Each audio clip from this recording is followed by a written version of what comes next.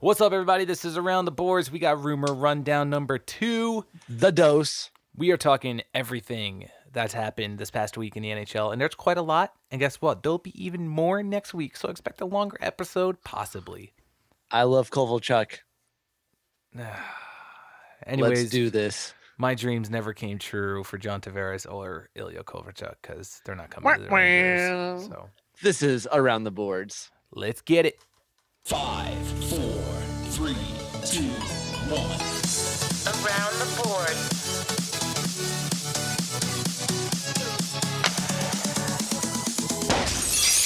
Yo, yo, yo, what's up, everybody? This is Around the Boards, episode 41. Yeah. Joining me tonight, just again tonight, is my friend Robbie. Robbie, say hello. You really fucked that one up. I try. Okay. Let's just get on with it. The season's like already underway.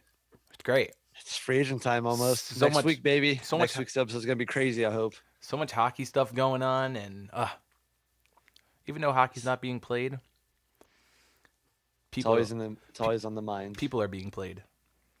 Get it? What? Get it? They're getting dealt. Because we got a lot of deals going on. We got so much to talk about this episode. Where to start, Rob? Well, I mean, Barry Trotz resigned from the Capitals. He was a free agent coach. And then like a couple days later, or a week later, I don't know how long it was, but then he signed with on the island with Lou Lamoriello. Yeah, do you think they're buddies? Are they buddies? Do we know? I mean, probably a little bit. I'm sure they know of each other. They must like each other a little bit. So, yeah, I guess. Thought that was very interesting spot for him to go. I mean, they gave him a lot of money, a lot more than he was making in Washington. So that is true. And that is true. Maybe this is my thought when it first happened. I was like, well, maybe they asked John Tavares. They had like a meeting with John Tavares. I'm like, well, we don't have a coach. Who do you want to be the coach? He's like, well, get Barry Trotz. So they fucking got Barry Trotz. I mean, maybe that didn't happen at all, but they had to get a good coach. Like, what better way to want to make John Tavares stay than getting the coach that just won the Stanley Cup? Yeah. I mean, anything helps. Anything helps. You're right. Can't let your superstar go. Yeah. Yeah. So Barry Trotz. That's Barry Trotz, New Islanders head coach. Okay. So that puts the Islanders back in the right direction, I think. Yes. Congratulations, John, and congratulations on your guys' first round pick, Wahlstrom. Anyways, no, but you're still salty about that. I am. I really wish the Rangers would have took him because, I mean, the kid is supposed to be, real good. And I'm not sure if you ever see the video? The kid went viral even at 9 years old. There was a video of him. Oh, is that him at fucking TD Gardens in Boston? Yes. And he does, and he picks up the puck and spins around backhand. That was him at 9 years old. And now he's a prospect for the New York Islanders. I'm just saying, I thought it was interesting when I heard about that. I was like, what the heck? That's that kid? But, there's another guy in the that used to be in the Islanders organization, like Rob Schremp, I think was his name. Fucking look up his like shootout videos. They're insane. But guess what? He wasn't good at hockey. He was just good at tricks. He was good at skills. Good job. So I mean, if you want to talk about the draft for a little bit, I think the word going around is that Detroit stole the draft. They had They did. They had the best picks that They did. So yeah, Detroit definitely came out winners. 2 first-round picks, and they used them very, very nice. Very nice. Well, I mean, as far as paper goes, because right now everyone's just a prospect. Nobody knows how good anybody's going to be. Right. But on paper, looks like Detroit won the trade. Or I mean, not the trade, the draft. Yes, they did. So congratulations, Detroit. Congratulations, Dunk. Hey. Congratulations, so Dunk's happy. Everybody. John's happy. Now we can move on. Yes, now we can move on. Also taking part in the draft, there's a couple trades, but mainly the biggest trade was Brooks Orpik and Philip Grubauer being shipped from Washington to Colorado for a second-round pick. Brooks Orpik was going to get bought out by Colorado, so they just traded for him just to buy him out and get Philip Grubauer, who signed renewed his contract with Colorado, I believe, already. And then Washington, by trading Brooks Orpik, created enough room for their big splash and re-signing John Carlson, 8 years, $64 million. 8 fucking years. John Carlson. $8 million a year. That's high. I mean, he's only 28 years old, so theoretically he's like just now entering his prime. He's in prime. Yeah. But 8 years, like he's gonna be making $8 million when he's 36 years old, playing defense for the Washington Capitals, unless he gets traded or bought out or something later on. But oh man, I don't know. Yeah, hopefully he holds up. I mean, obviously, we'll get to Ilya Kovalchuk later, I'm sure. Can't wait for that one. But I mean, the Capitals needed to re-sign John Carlson, and if they had to give him 8 years to re-sign him, then they have to give him 8 years to keep him on the team for the next 4 years. Yeah. So, I mean, they just won the Stanley Cup, and to keep a major part like that to try to repeat next year, I mean, everything helps. Mm-hmm. And I think he had a huge impact on that team for sure. This past Stanley Cup, back there on the blue line for them, dudes. He was also the guy that Ryan Reese cross-checked in Game 1 right before Ryan Reese scored his goal. Yeah. So there's a little bit of controversy there with John Carlson because then he got a little media frenzy about him. Yeah. Calling people out for cross-checks and whatnot. But, I mean, the guy won the Cup. He's a hell of a defenseman. Maybe arguably one of the top 3 right-hand defensemen in the league. Absolutely. If you want to talk about another arguably top 3 right-handed defenseman in the league, Dougie Hamilton got traded yet again from Calgary, going to Carolina. Woo! How do you feel about that? Him going to Carolina? Yeah. I mean, both those teams are mediocre, right? Calgary, Carolina, they're not like one of the hot teams right now. But I think Carolina is going to be good. Carolina's starting to step it back up again. They were last season. They weren't finishing at the bottom of the pack like Buffalo has been forever. But I mean, it's kind of like how we talked about last week when we talked about Max Domi and Galchenyuk being swapped from Arizona and Montreal. Like, I mean, it's a good trade for both parties because Dougie Hamilton needs, I don't think, kind of outplayed himself in Calgary, so he needed to change his scenery. And then Calgary in return gets Noah Hannafin and Elias Lindholm. Elias Lindholm's not bad. I mean, I think him and Johnny Gaudreau probably be a pretty good duo over there in Calgary for the years to come. Sure. Hannafin will fill Dougie Hamilton's spot in the roster too as a defenseman. So. And then Carolina, I mean, getting Dougie Hamilton. I know your buddies over at Blue Shirts Breakaway said that they wished, who is it, Ryan? Yep. He, in his ultimate rebuild strategy for the New York Rangers, he had Dougie Hamilton being traded there. He said he was the best I don't recall if he said he was the best or one of the best right-hand defensemen in the league. So, I mean, if you're Carolina, getting that top-tier defenseman. It's good. It's good for both parties, like you said. Yeah. That's the way that works out. But I mean, that's the way the NHL world works now. I mean, GMs aren't going to give up star players for nothing anymore. You're not going to see any more Wayne Gretzky trades for money just because your team needs fucking money or something like that. No. You're going to get good quality returns. Right. So you're going to see more of these even swaps of like changes, sceneries, stuff like that. Or if you're a Pittsburgh Penguins fan, maybe you're just going to trade all your first round picks for trying to build a dynasty. Go away, Pittsburgh. You haven't done anything. So Dougie Hamilton in Carolina, Noah Hannafin, Elias Lindholm in Calgary now. There's also some other minor pieces moved in that deal too, but if you want to learn more, go look it up your damn selves. go to the NHL.com website and find out all the trades. Follow that trade tracker. Yeah. So another big piece of free agent news. I'm excited for this one. Ilya Kovalchuk finally picked the team he wanted. And it wasn't San Jose. It wasn't the Golden Knights. It wasn't the fucking Boston Bruins. Thank God. It was the Los Angeles Kings of California hockey. Ilya Kovalchuk, number 17, first line left winger in LA. 3 years, 18.75 mil. How do you feel? I mean, the Kings definitely need Ilya Kovalchuk this year. And I know we talked about last week when he was deciding, and you said Ilya Kovalchuk was going to the Rangers, and he did not even have the Rangers in his final 3. So Somebody started Fluckers. a rumor. Yeah, and you totally bought into it. Oh, of course I did. Oh, nope. I was like, yes, let's do this. Let's do this. So just for further advice, John Tavares is not going to the Rangers either. So I'm sorry. Yeah, saw that. So there goes your dream rebuild. Don't worry. We're going to talk about that next. So. All right. So anyways, who do you think Kovalchuk, is going to be paired with? Kopitar and maybe Dustin Brown. I don't know. I mean, Dustin Brown and Kopitar won the Selke last year. I think Kopitar and Kovalchuk would be a pretty good tandem over there.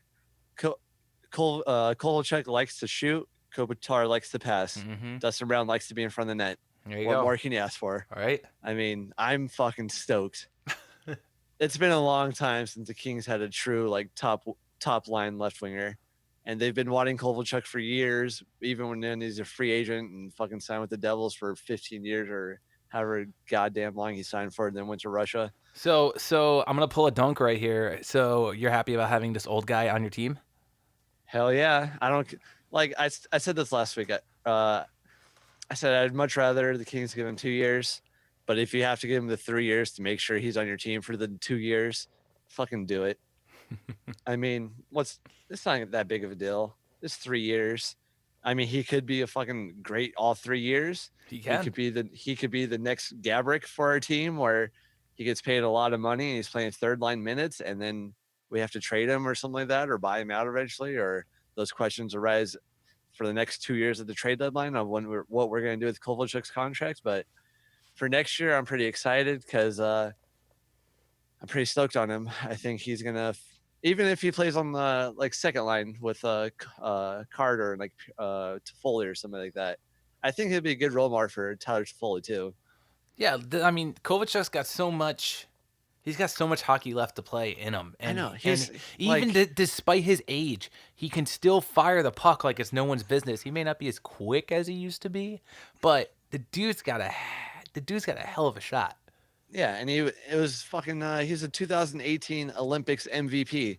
Yeah. I mean, I know no NHL players really played in the Olympics except for the ones that played in Russia, like Kovalchuk and stuff like that. But it was fucking 2018 Olympics MVP. Yep. So, I mean, it's my opinion, fucking great move for the Kings. I mean, obviously, it's a great move 2 ways for the Kings, let me say, because first, they got Ilya Kovalchuk for the next 3 years or 2 years, or at least the next year, and then we'll see what happens. But also, the San Jose Sharks did not get Ilya Kovalchuk. So it's like addition by subtraction from the other team, because if he was on the Kings, I'm pretty sure he would have been on the San Jose Sharks, and I'd much rather right now, at least for this upcoming season, have Kovalchuk on my team than playing against him. And fucking, could you imagine San Jose San Jose is talking to John Tavares, which is where we're going to get to here pretty soon. I was about to transition into that too. Is imagine if they had Kovalchuk, John Tavares and Kovalchuk and John Tavares and fucking Pavelski and Evander Kane and Logan Couture, like the San Jose Sharks would be a fucking scoring threat, and Brett Burns. Yeah.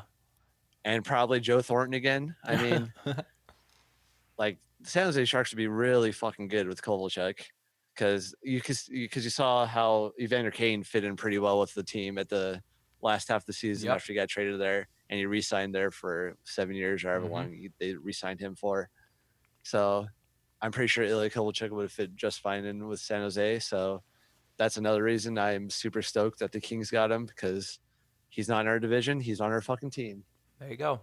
And now I could change my 17 Lucic jersey and just put duct tape over the nameplate and write Kovalchuk and Sharpie, baby. Yeah. I'm stoked. If you're ghetto like that. So moving on. I'm stoked. Let's talk about JT now. Obviously, just mentioning him before. So John Tavares has basically what's come out about him is he's talking to 5 teams currently. I think he's also talking to the Golden Knights, so it was like 6 or 7 teams, but like because you include the Islanders, he's still talking to the Islanders. Right. I did not hear anything about the Golden Knights yet, but well, I don't think there's a little weirdness going around that situation because he is meeting with the Golden Knights. He has a meeting scheduled on Tuesday with the Golden Knights of this week. The 20, what's the date gonna be? That'd be tomorrow, the 26th. Yeah, so he's got a. I'm pretty sure he has a meeting scheduled with the Golden Knights, but he doesn't have them listed in his like final 5 or 6, 7 teams.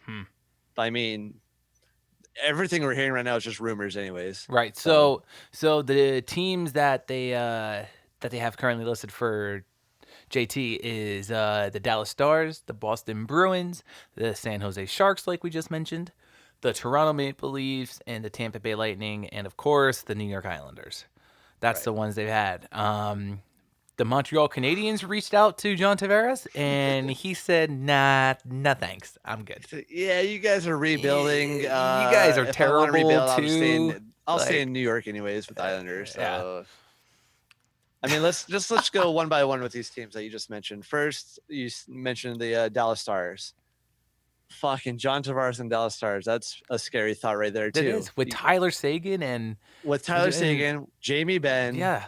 Fucking what's the other guy's name? Alex Radulov. Oh my God. Fucking is Patrick Sharp still on the team? I don't fucking know, but Dallas fucking anytime a team adds a top line elite center like John Tavares, they're automatically going to be like, even if Montreal got John Tavares, you'd have to assume that they'd be a contender to at least make the playoffs. Right. So, I mean, of course, every team is fucking reaching out to him because every team wants him that can afford him. So, like Dallas, pretty scary. Like, I think all these teams are pretty scary. Yeah. Well, now let's move on to Boston. Yeah. Fucking think of that. You got Patrice Bergeron. You got John Tavares. You got Brad Marchand. You might have Rick Nash again. Who knows? Maybe. Yep. You got fucking Pasternak. Like there's your a team lot of just good gets players. So much deeper when you add John Tavares. It's like, holy shit. San Jose. We just talked about. We just talked about San Jose. Evander Kane, Logan Couture, Joe Pavelski, all these fucking guys. Yep. Joe now Thornton, think about the fucking Maple Leafs. Oh my God, Austin Matthews and John Tavares. Can you imagine? If John Tavares goes to fucking Toronto, it would be Austin Matthews, John Tavares, 1-2 centers for the next 5, 6, 7 years. Forget it. Like that's a fucking top 2 for, like that's how you build a fucking core right there of 2 elite centers. And then Tampa Bay, same thing. Fucking Steven Stamkos. Can you imagine Steven Stamkos and John Tavares on the same line? Can you imagine that defense they already have right now with Kucherov, with Stamkos, with everybody fucking else they have, everybody, and John Tavares? Like, just give them the fucking Stanley Cup. And the Islanders will just be like every other Islanders team because he'll stay in. Because the Islanders haven't gotten any deeper after that. But I mean, you want to talk about if John Tavares like changed his mind and like out of nowhere signs with the Golden Knights? I mean, the Golden Knights still have some theoretically speaking, okay. Yeah, with like James Neal, who's a free agent, David Perron, free agent, but you'd have John Tavares be your top line center. You'd have William Carlsson then be your second line center. You still have Cody Eakin. You have Alex Tuck.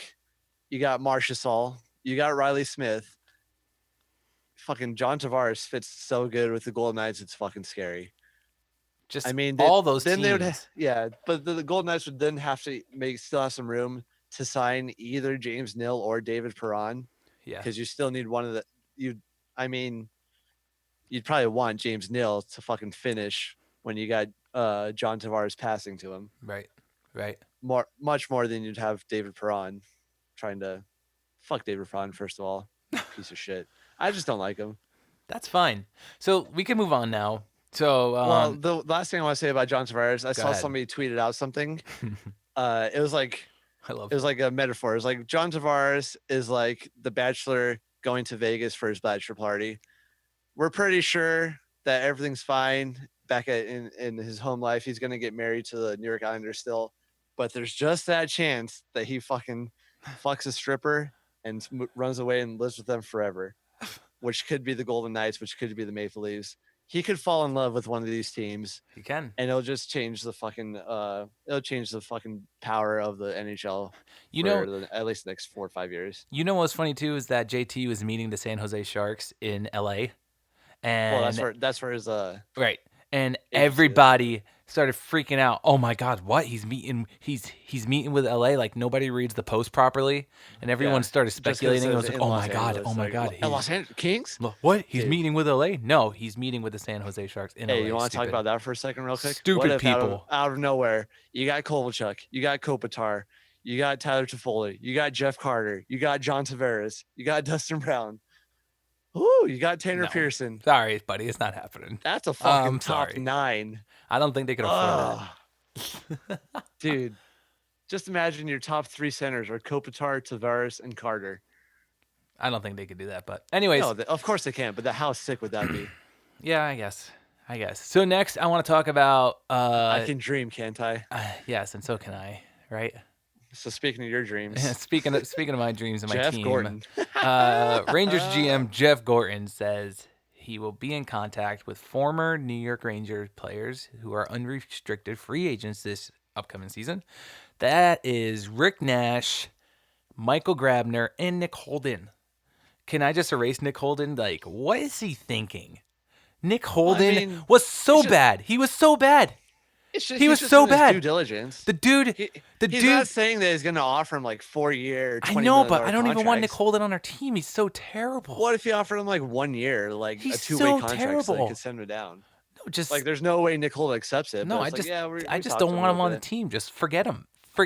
Michael Grabner, sure. Michael Grabner's fast as heck, and maybe it's gonna go along Old with. As fuck. Yeah, well, maybe it's going to go along with David Quinn's style of play now as the new head coach of the New York Rangers. Maybe he likes that fast, quick, transition game, and he wants someone who's going to be quick like that and has wheels like Michael Grabner. Not sure what David Quinn's style is exactly yet, but we will see. We'll find out. But then unrestricted free agent Rick Nash also. That would be interesting. But do you remember when I told you when they traded Rick Nash? I believe I said he's just a rental for Boston. And he'll be back on the Rangers. I believe I said that. I think you did. Yeah. And now there's talks about it happening, so we'll see what happens. But then there's also talks about Rick Nash retiring, which I completely understand too, because the dude has concussion problems. He has, he has injuries. He has a long list of injuries. To say the least. You posted that video on our Facebook about like Daniel Carcillo. Yeah. Like, just think about that for a second. Like with Rick Nash, like, damn, like maybe Rick Nash, like I'm sure he's heard all the horror stories from like people with concussions. Sure. Like I'm sure some of his best friends have had concussions and they're like totally regret it. So. And that Danny Carcillo thing, man, I think that's really hitting. That's hitting a lot of people. Yeah. Sure. I mean, you might start seeing people retire early, like you do, like some people do in the NFL, like where their careers don't last nearly as long just because. Right, because also you might see some rule changes too at the NHL. So right, we may see that, but like you're saying, people are retiring early too. You gotta think of the young people like Sidney Crosby, for example. The dude's had many concussions already in his career, and he's still is he even 30? Is he even 30 years old yet? I mean, he could be the next Mario Lemieux. So could be, but the way this game's being played now, and yeah.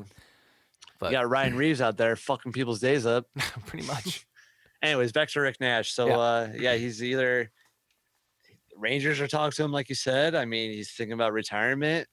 Boston is still a possibility. And also, I think he's got interest in finishing his career in Columbus, where he got drafted. Hmm. I mean, I'm sure a lot of teams want him. I mean, I'm not sure if he's still like a top 6 player. Especially the way the game is trying to get faster and like more skilled. Like Rick Nash still has a ton of skills, but I don't think his speed could keep up with like his speed is no. But I mean, he's still a big body and he can still score goals and make all the passes and everything like that. So I don't know. I'd still take Rick Nash on the Kings too. Yeah. So, but do you expect Rick Nash to sign with the Rangers? Make a prediction. Where's Rick Nash sign? I think he would come back as a New York Ranger. I'm going to stay with what I said back many Did episodes. their relationship end pretty well when he got traded? Oh yeah, it was there's no hard feelings. No, it was no hard feelings. I'm pretty and sure. The media and all the fans weren't tired of him when they traded him. They said, "Yeah, get that fucking guy out of here." No, I mean it wasn't even like that. He's still a fan oh, guy. Yeah, fan of course. Yeah. That's good. So yeah, maybe he will go to New York. Who knows? Time will tell. Maybe next week. That's it. Stay tuned for next week's episode. Yeah. Free agency starts next July 1st, whatever day that is. Sunday? Yeah. Monday? Yeah. So should have some news for you on next week's episode, and I'm sure that might be a long episode as we might have a bunch to talk about. No, I can't wait. And there'll probably be some more trades. Erik Carlsson still has not been traded. That still is likely to happen. I mean, but as the days are counting down, like the longer Ottawa waits, I don't know. The longer teams are just gonna give up and fucking fill their hole somewhere else. Yeah, exactly. Like, is waiting too long gonna hurt his chances of going somewhere where he wanted to? I mean, also fucking Columbus. We talked about them trying maybe having interest in Rick Nash, but it appears Artemi Panarin might be on his way out via the trade. I wouldn't mind him either being on the Rangers. I don't think he's. Well, what are his preferences? His preferences supposedly are the Florida Panthers, the LA Kings, and the New York Rangers. So, I mean, I guess to the Rangers, what are you going to give up for him, though? I hold on. I hear that he is good friends with Ilya Kovalchuk. Is that why he wants to play in the Kings? I heard that they're real good buddies. So, could that persuade him? But can the Kings afford him? That's also a question too. I could see the Kings giving up Tanner Pearson and like some other like pieces for Artemi Panarin, but Artemi Panarin has only got 1 year left on his deal. This is last year, and he's a free agent next year. So unless, like, there's also Max Pacioretty. He was being rumored to be dealt to LA, but then they stopped those talks once Pacioretty didn't want to agree to a contract extension with LA. Yeah. So I mean, maybe it's the same situation for Panarin. I mean, if the Kings can sign him to a contract or be able to talk to him about a contract extension before they finalize a trade and they agree to one that suits them. I mean, the Kings still have to re-sign Drew Doughty. That is priority number one right now for LA is re-sign Drew Doughty to a long-term contract, make him stay in LA forever. He's should be a lifelong King. And if he's not, I don't think I could ever forgive Rob Blake. And I don't think many of the fans could either. So first things first, re-sign Drew Doughty to long-term contracts. Yeah. But then if you have the space to, and you can work it out to work an extension for Panarin right now, I say you give up Tanner Pearson or something like that, a young player, maybe even a Toffoli if they'd rather have Toffoli. And just think about Panarin and Kovalchuk, Kopitar and Carter and the gang. That's Kings have been lacking scoring as they've only scored 2 goals in the playoffs this year in 4 games against the Golden Knights. And they lost every game by 1 goal. So you think they're trying to do their best to hike up that scoring, and Artemi Panarin's a good way to do it. Yeah. And also, I actually have his stats pulled up here. I mean, not his stats, excuse me, his cap friendly stuff, all of his stuff here. So I do want to talk about his stats, though. Last year in the 2017-18 season with the Blue Jackets, he played 81 games, had 27 goals, 55 assists. He had 82 points. Point-a-game player. So he is a very solid player. He's a very solid hockey player. And then in the playoffs, he played 6 games and had 7 points. So again, he's putting up the points. Prime-time player. Right. And currently with the Caps, he was making $6 million. He's making $6 million a year right now? Right. So you think... So you would think wants to make more than that for a contract yeah, extension. I think he'd maybe even like 7.5, 8. Probably 7.5, 8 for a contract extension, or for a different team to sign him. So you got to think he's going to be making probably somewhere in the 7.5, 8 mil area. And now, will the Kings have that cap space when like all said and done? And I mean, besides the cap, the cap ceiling being raised like $4.5 million, I think it is this upcoming season. It's going to be going up to 79.5 mil. That can help. It should be going up the season after that. Exactly. Salary cap theoretically should be going up every year if everything works out the way it should. Right. So, the teams, there's going to be a little extra salary there and all that. And we'll see what happens. But for the Rangers, I would love, obviously, I would love to have him on, to be a Ranger. And as of right now, there's 3 team preferences that he enjoys: the Panthers, Rangers, and the Kings. If you're the Rangers, what are you willing to give up for him? I could make an offer. I could see Kevin Hayes getting traded. I could see Give me Elias Anderson. I could see no thanks. Elias Anderson's the future of the New York Rangers. I thought John Tavares was. No, John Tavares would have been an addition. Oh, okay. Elias Anderson was here first, so give me Brady Shea. Nope, not happening either. So, anyways, who are the untouchables for the Rangers right now? You know what? Give me Zuccarello. The only untouchable I would say would have to be, probably Brady Shea. I think everybody else is free game. Just curious. Have the Rangers announced a new captain? Not yet. Or not yet? Not yet. Okay. Could it be Brady Shea? It could be. Absolutely. It could be. And I think everybody else is free game there for the New York Rangers. Zuccarello, VZ, but Hayes. But if you give us somebody like Elias Anderson for Artemi Panarin is already a proven commodity. He's still young. He could be the future of the Rangers. Could you not? You could build your team, a good solid team around Panarin if you got a good center, not named Elias Anderson. But Panarin's been in the league for a while, and he's a well-proven player, right? Yeah, I agree with you there. So, anyways, I think that sums up the week for player movement, and and we talked a little bit about the draft and all that stuff. I'm sure somebody's getting moved right now as we speak, and we're not going to be able to talk about it until next week. So we'll talk about it next week. There should be a lot of free agents. Maybe Erik Carlsson might get traded, but let's end this episode. But let's first talk about the third jerseys that got released. Let's have some fun here. Adidas's first jerseys. Third alternates. Adidas's first batch of third alternates. Carolina introduced theirs first. Yeah. How do you feel about that one? It's hot. It's like that's all hot, black with bro. red piping. It's like faded black. There's I think they black called on it black. Ghost or something like that. They called it a ghost black, but yeah. Dude, Carolina had a third jersey like that a couple of years ago. No, but this looks fresh. This looks fresh. How do you feel about the crest though on the front? It's like a weird second logo. Oh, it's cool. It's cool with the hurricane flags. I guess they're introducing that as a new logo. I guess, but okay. I'm totally okay with it. I mean, I like it. It's pretty cool. I like it. It's hot. Not bad. Yeah. It's hot. I mean, if you guys want to look it up, we'll tweet this out with the episodes, the pictures of the two jerseys we're talking about. But it's like all black. It's like a black on black with red accents. I mean, can't go really wrong with a black on black look. Yep. It's hot.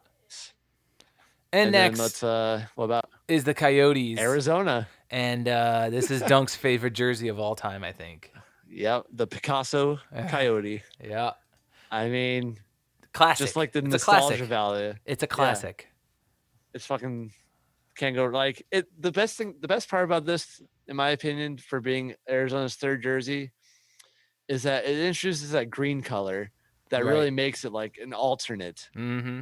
Like, it's not like their regular color scheme. It's like a fucking alternate jersey where it's not just like, well, you could have a home, you could have a away, or you could have this one. It's like, yeah, these are fucking alternates. We'll wear these for special occasions. And Fucking can't go wrong with these either. Sick. Nope. Sick jerseys. They are. So can't wait to see the Galchenyuk in one.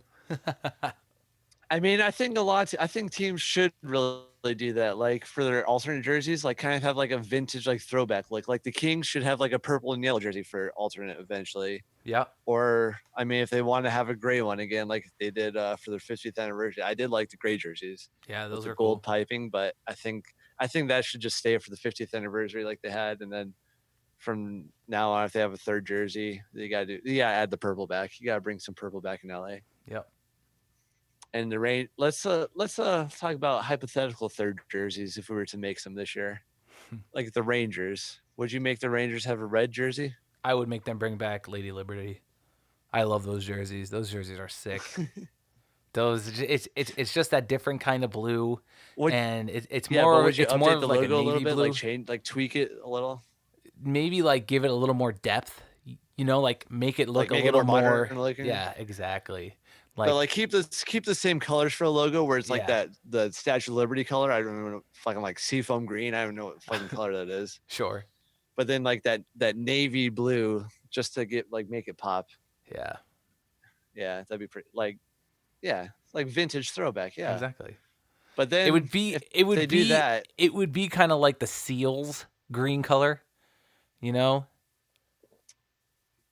That's like a teal. Yeah, well, I don't know, but just make it look like the fucking Statue of Liberty. Exactly. And I loved that. But what they got to do, if the Rangers do that, like go with that navy colored jersey again, like they had like past years where it said like New York across the chest instead of Rangers, they got to make the fucking gloves match. Oh my God.